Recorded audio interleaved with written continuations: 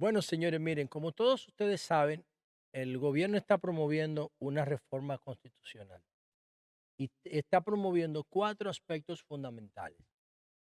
El principal, desde el punto de vista del interés gubernamental, es la independencia del Ministerio Público, que en la propuesta de presidencia del Ejecutivo, ah, lo que se está planteando es que el presidente someta un perfil al Consejo Nacional de la Magistratura y que ese perfil tenga una trayectoria apartidista por lo menos los últimos 5 años. Y va a ser inamovible por el cuatrenio del presidente que lo someta.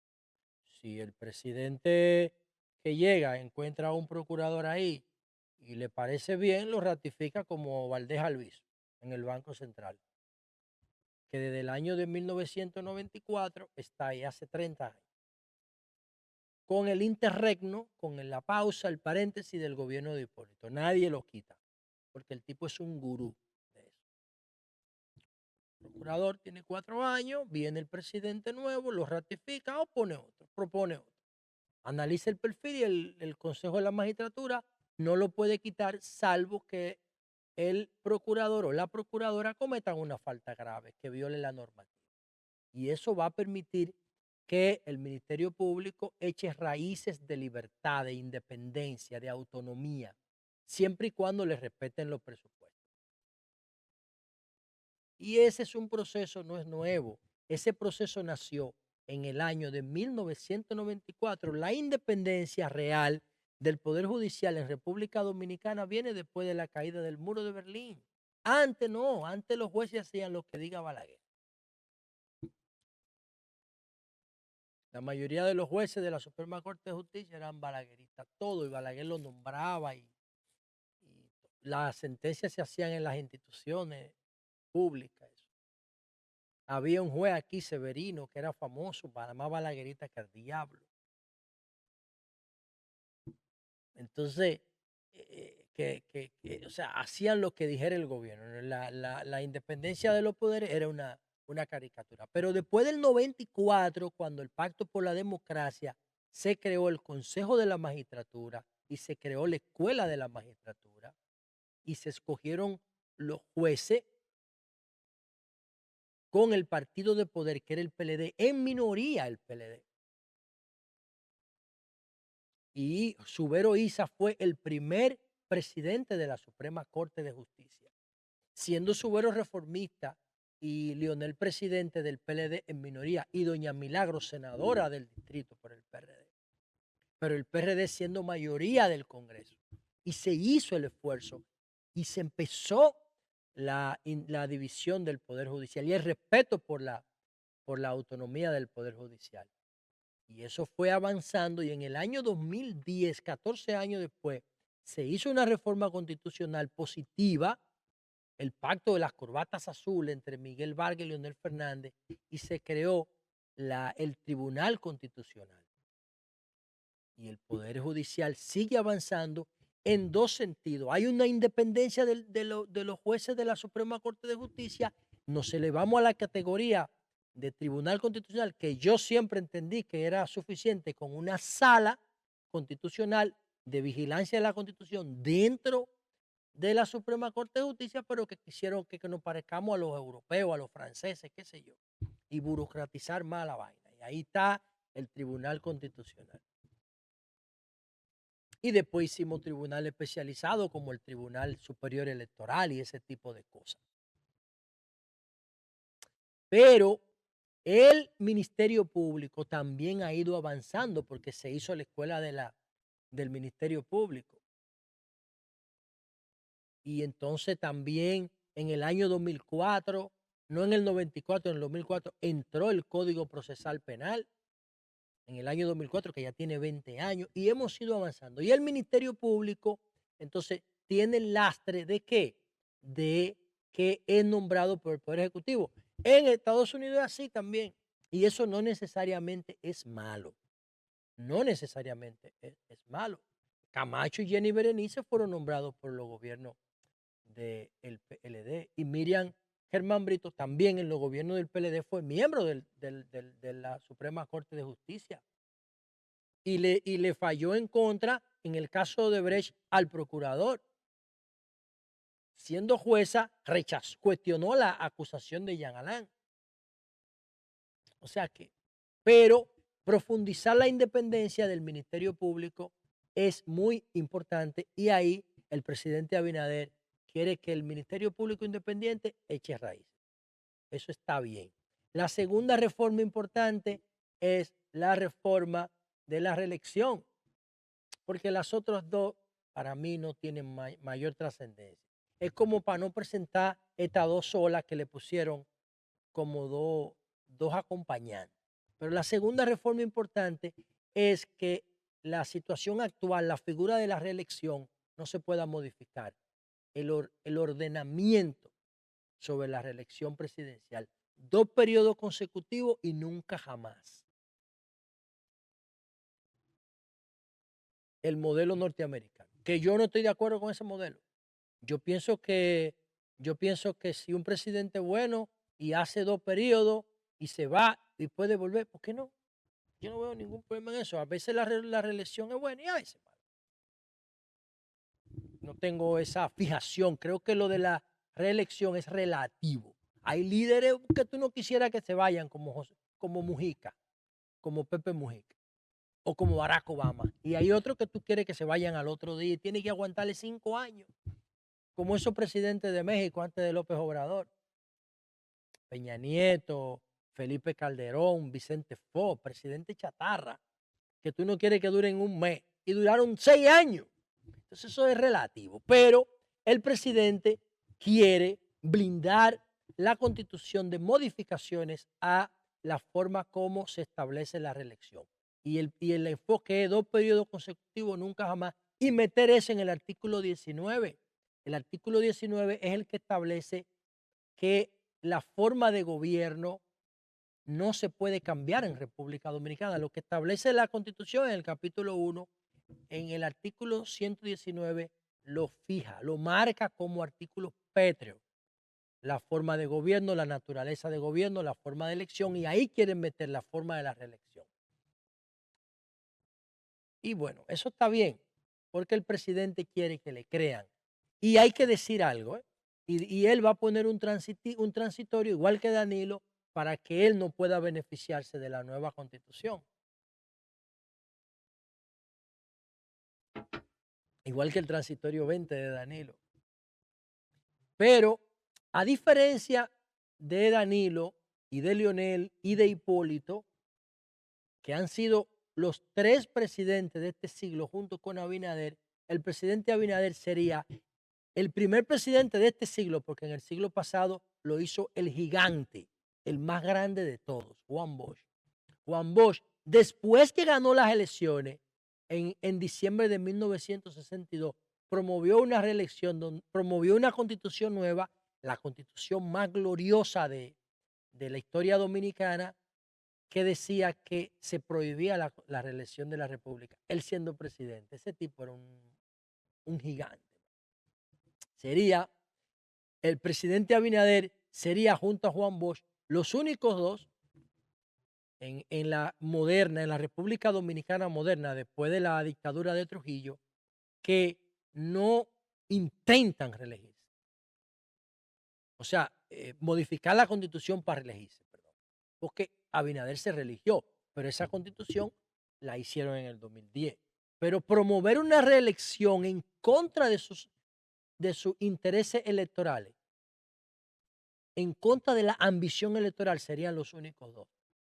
Abinader ahora y Bosch en el 63. Y él quiere llevarse ese mérito histórico. Y por eso le va a poner todos los candados y los pétreos y todo. Y las otras dos reformas para mí son complementarias y son intrascendentes. La otra es que junten las elecciones de legislativas, municipales con las presidenciales. Para mí eso no está bien. Yo estoy de acuerdo con que las elecciones municipales y congresionales se realicen a mitad del periodo presidencial, como se dispuso en el más importante acuerdo que se ha hecho en la República Dominicana en los últimos 100 años. El Pacto por la Democracia entre Peña Gómez, el PLD y Balaguer. Ese es el pacto. Ese pacto debíamos revisarlo porque ese pacto sí se hizo bien. Yo lo conozco porque lo estudié, porque yo no estaba en esa vaina en esa época. Pero, coño, qué nueva institucionalidad surgió de ahí. Entonces ahí se estableció que las elecciones a mitad de periodo, como es en Estados Unidos también, y ya eso sirve para ejercitar nuestros derechos electorales. Además, en Estados Unidos no solamente se elige un alcalde o un diputado, también la gente vota, por ejemplo, por si quiere la legalización de las drogas, le preguntan ahí, nombran fiscales, no, perdón, nombran jueces de la Suprema, locales, todo, y se ejercita la participación del pueblo. A mí me gusta la elección de medio término. Lo que no me gusta es cómo está ahora, de que un mes antes de las elecciones presidenciales. Es un tollo, porque eso afecta el ambiente electoral presidencial. Ahora, a medio término sí es una factura que le pasan al gobierno y el gobierno se esfuerza por hacerlo bien. Y a mí me gusta eso, pero lo van a quitar. ¿Para que lo quiten? Así va a subir más la abstención. Y la otra reforma puramente complementaria es la modificación de la ley del Congreso para bajar la cantidad de diputados. Bueno, eso sería bueno si se afinan los criterios. ¿Y cuáles serían los criterios? Los criterios, desde mi punto de vista, yo propongo, y ojalá que algún legislador de la oposición asambleísta, porque los los asambleístas, los legisladores del PRM no pueden llevar propuestas, lo dijo el presidente ayer, que creo que no debió decirlo en público, eso, porque se supone que los poderes son independientes. Pero él, como líder del PRM, está diciendo, pasa que no debió, para mí no debió decirlo en público, está diciendo, oigan, vamos a discutirlo internamente a nivel partidario. Ya yo me reuní con los diputados electos y con los senadores, porque nadie puede llevar propuestas fuera de estas 4 que se van a presentar. Entonces, ojalá que los asambleístas de la oposición, que tienen soberanía, autoridad, independencia, autonomía, planteen ahí que el criterio para rebajar los diputados sea cambiando la calidad de la representación. Que serían 2 por provincia, uno urbano y uno rural. Y uno para toda la provincia, que sería el senador. Y cada provincia tendría 3 representantes. Así se eleva la calidad de la representación. Y bajaríamos el Congreso a 64 diputados de aquí. Y 2 de ultramar, uno para América y otro para el resto del mundo. Ya listo. Serían 66 diputados. Esa es la mejor forma de hacerlo para mí. Un diputado que represente los intereses rurales del campo y otro que represente los intereses urbanos de las ciudades, de los pueblos. Esa es la forma de representación más legítima que podemos conseguir. Y el senador representa a todo el mundo, a campesinos y a urbanos, y a lo del pueblo. Y eso para mí sería genial. Esas serían las 4 cosas. Ahora, algo que no está viendo el presidente, que es el que está liderando esta propuesta de reforma, y los que están ayudándolo ahí, es que aquí tenemos una gran oportunidad. ¿Por qué? Atención a Farideh Raful, la nueva ministra de Interior, que tiene influencia en el PRM, que tiene liderazgo legislativo porque fue senadora del distrito 2 periodos, y es una voz autorizada porque también es abogada y conoce de esto. Atención. Yo quiero que veamos un paquete de derechos que están en la Constitución que se llaman derechos fundamentales. Y los derechos fundamentales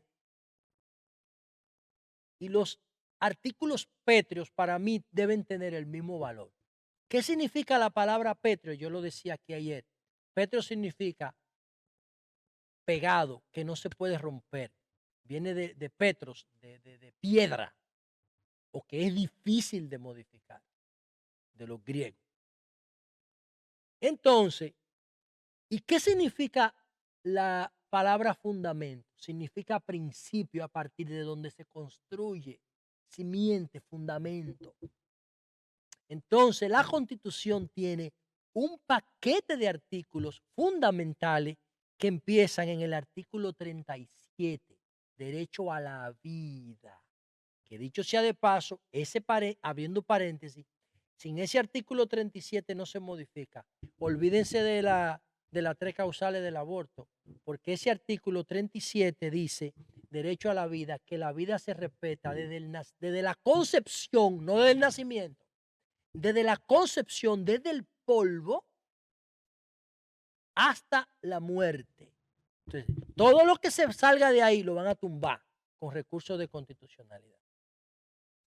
O sea que hay una brecha ahora en la reforma para modificar ese artículo y permitir las tres causales, agregarle al 37 las tres causales, con excepción de las tres causas.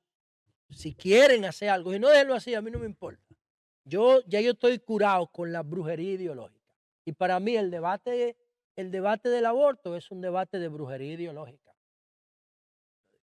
Entonces, ahí hay un paquete de artículos, desde el artículo 37 hasta creo que el 72, que yo se lo voy a mencionar ahora. Y para mí, el enfoque de la reforma constitucional tiene que incluir un reforzamiento para el cumplimiento de estos artículos, porque ¿saben qué? Nadie los respeta. Y ustedes verán ahora mismo. Y sin el respeto de estos artículos, olvídense de seguridad en República Dominicana. Por eso dije atención, Farid. Porque ella tiene que convencer al presidente de la República de que el enfoque no debe ser la policía. La policía es una variable de 22. El enfoque tiene que ser la garantía de derechos fundamentales. ¿Y por qué yo digo esto? Porque cuando yo analizo todos los casos, el volumen de casos que tengo en mi base de datos de delincuencia con violencia, todos los delincuentes violentos vienen de los barrios marginados. Y les hago una pregunta a ustedes. ¿Cuándo fue la vez que un rico cayó? ¿Cuándo fue la última vez que un rico cayó en un intercambio de disparos? Dígame cuándo fue la última vez que mataron a un rico en un intercambio de disparos. Los que mueren en intercambio de disparos son los pobres, los hijos de Machepa, como decía el gigante Juan Bosch. Los pobres, policía pobre matando pobres.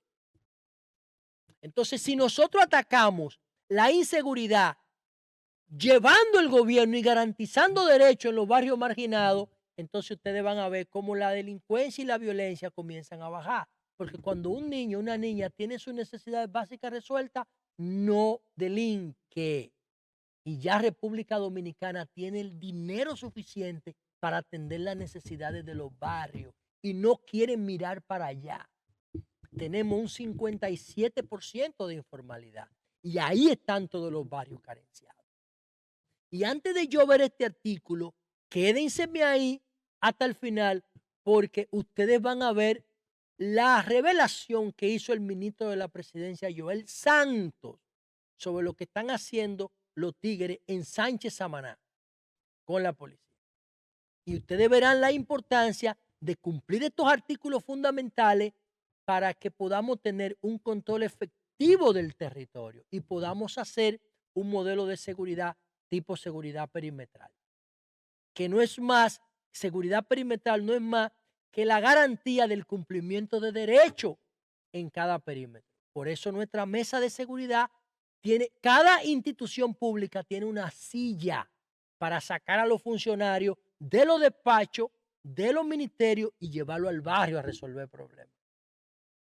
Entonces, ¿cuáles son los derechos fundamentales que deberían tomarse en cuenta en esta reforma constitucional para reafirmar el compromiso de cumplimiento? Miren ustedes, no lo voy a explicar, nada más lo voy a enumerar, porque son muchos, son casi 40, y ustedes me dirán si se cumple. Derecho a la vida, artículo 37. Hay más de 100 intercambios de disparos cada año y ninguno se investiga. ¿Y cómo vamos a tener un Estado de Derecho si nosotros no investigamos los intercambios de disparos? Nadie lo investiga, lo archivan así. Todos son pobres los que mueren en intercambio de disparos. Es verdad que son tigres malos, la mayoría de ellos, que lo diga un juez, o que lo condenen a pena de muerte. Yo estoy de acuerdo con eso. Pero el artículo 37 dice que no se puede hablar de pena de muerte. Artículo 38, dignidad humana. Eso arrastra el 37. Artículo 39, derecho a la igualdad. ¿Derecho a la qué? A la igualdad, a la igualdad. Pero la calle de aquí, del centro de la ciudad, las faltan cada año. ¿Igualdad de qué? Si tú tienes, yo conozco una comunidad en Boca Chica que hay 14 familias y tienen un solo baño. ¿Igualdad de qué? Entonces, eso es un desafío, garantizar la igualdad, por lo menos de oportunidades. Y yo le estoy diciendo que yo te conozco una comunidad que tú duras media hora para transitar un kilómetro de calle, y la Nacaona la faltan cada rato, y la Núñez de Casa y la Autovía del Este. Entonces, eso de igualdad, eso no es tan simple. Artículo 40, derecho a la libertad y a la seguridad personal. Ni hablar de eso. ¿Derecho a qué? Artículo 41, prohibición de la esclavitud. Se prohíben todas sus formas de esclavitud y la servidumbre. Y eso de los servicios domésticos, ¿contradice esto? Yo no sé, ese no es el tema. Artículo 42, trata y tráfico de, artículo 42, trata y tráfico de personas. Aquí no se da mucho ese caso. Artículo 43, derecho al libre desarrollo de la personalidad. Artículo 44, derecho a la intimidad y al honor personal. Artículo 45, libertad de conciencia y de culto. Bueno, eso, libertad de conciencia y de culto, eso no se cumple porque en el Palacio hay una capilla que se llama San Rafael en honor a Trujillo y a la Iglesia Católica, de cuando Trujillo y la Iglesia Católica eran socios. Cuando el presidente sale de la asamblea que jura respetar la Constitución, que dice que aquí hay libertad de culto, coge para la catedral y eso es católico. Y si hay libertad de culto, el Estado debería mantenerse neutral a las religiones, ¿eh? A todas, y tratarla y respetarla todas por igual, y financiarla todas por igual si van a financiar alguna. Ok, artículo 45, libertad de tránsito, eso se respeta. Artículo 46, 47, libertad de asociación, eso se respeta. Pero ellos dicen que hay políticos tránsfugas, pero aquí dice que hay libertad de asociación. Ok. Artículo 48, libertad de reunión. Artículo 49, libertad de expresión e información. Eso se respeta. Aquí hay un desorden con eso. Artículo 49, artículo 50, libertad de empresa. Artículo 51, derecho de propiedad. Artículo 52, derecho a la propiedad intelectual. Artículo 53, derecho del consumidor. Ahí ni hablar. Artículo 54, seguridad alimentaria. Es un desastre. 3 millones de dominicanos están enfermos con prediabetes, obesidad, diabetes, hipertensión y toda la vaina. Porque la comida de aquí es comida chatarra pura, no sirve, no hay políticas de estado de alimentación. Y seguimos con los derechos de la familia, los derechos de las personas menores de edad, los derechos de las personas de la tercera edad, la protección de personas con discapacidad, derecho a la vivienda, derecho a la seguridad social, a la salud, al trabajo, a la educación, a los derechos culturales y deportivos, derecho a la cultura, y sigue así hasta tutela efectiva del debido proceso, derecho de garantía de los derechos fundamentales, y entonces después vienen los deberes a partir del artículo 70. Señores, si nosotros garantizamos este paquete de derechos a los que viven en los barrios, nosotros superamos el tema de la seguridad para siempre. Vamos a movernos a garantizar derechos. Ese es el enfoque que Faride tiene que tener. A ser intensivos en descentralización y ser intensivos en prevención. Intensivos en prevención e intensivos en descentralización. Intensivos en garantía de derechos, en llevar el gobierno hasta los barrios. Y por último, yo quiero que veamos, para que ustedes vean qué ocurre cuando el gobierno o los gobiernos dejan los barrios y las comunidades abandonadas. en la reunión de seguridad de los lunes, que yo creo que Farideh asistió por primera vez como ministra de Interior, todavía no sé si ya se hizo la formal juramentación, si se hizo el traspaso de mando en Interior y Policía. Ustedes saben qué dijo Joel Santos, el ministro de la Presidencia, dijo que en Sánchez Samaná los tigres, la delincuencia de los barrios, porque los ricos pueden ser delincuentes, pero no delinquen con violencia. Los que delinquen con violencia es los que no tienen posibilidad de ir a la universidad. Entonces, miren ahí todos esos empresarios y todos esos funcionarios en todos esos expedientes de corrupción. Ahí no hay pobres. Los pobres delinquen con violencia. ¿Y qué están haciendo en Sánchez Samaná? Los tigres están instalando cámaras para vigilar a la policía. Pero eso es lo que tiene que hacer el gobierno. Ellos están haciendo la función del gobierno. ¿Pero por qué ellos lo hacen? Porque el gobierno dejó a esa comunidad, Sánchez de Samaná, abandonada, y los tigres hacen lo que les da la gana ahí. Instalando cámaras, lo que tiene que hacer el gobierno para vigilarlo a ellos lo están haciendo para vigilar el gobierno, para vigilar a la policía. Y esa es la mejor expresión, la forma más ilustrativa de yo decirle a ustedes, tenemos que utilizar la Constitución de la República para garantizar que los derechos fundamentales se cumplan. El PRM prometió cambio. Eso es cambio. Pero tú no puedes gobernar para el 40% de la población porque el 60% vive en la informalidad. No se puede. Y yo hago críticas constructivas porque yo quiero vivir en una sociedad donde se respete mayoritariamente los derechos de la gente. Pero yo no puedo decir, esos derechos que yo leí ahí no se respetan. ¿Y qué pasa cuando no se respetan? Teoría de la ventana rota. Los tigres en Sánchez Samaná ven que no hay nadie vigilando nada. Dicen, coño, pero aquí vamos a tener control total. Vamos a poner una cámara y cuando nos mande un operativo de la DNCD, nosotros lo vemos por la cámara y escondemos la droga y las armas y el dinero. Eso es lo que ocurre cuando el territorio se abandona a su suerte. Si ahí hubiera una mesa de seguridad de verdad, porque yo llevé la mía al Ministerio de Interior en el 2014 y me la convirtieron en una caricatura.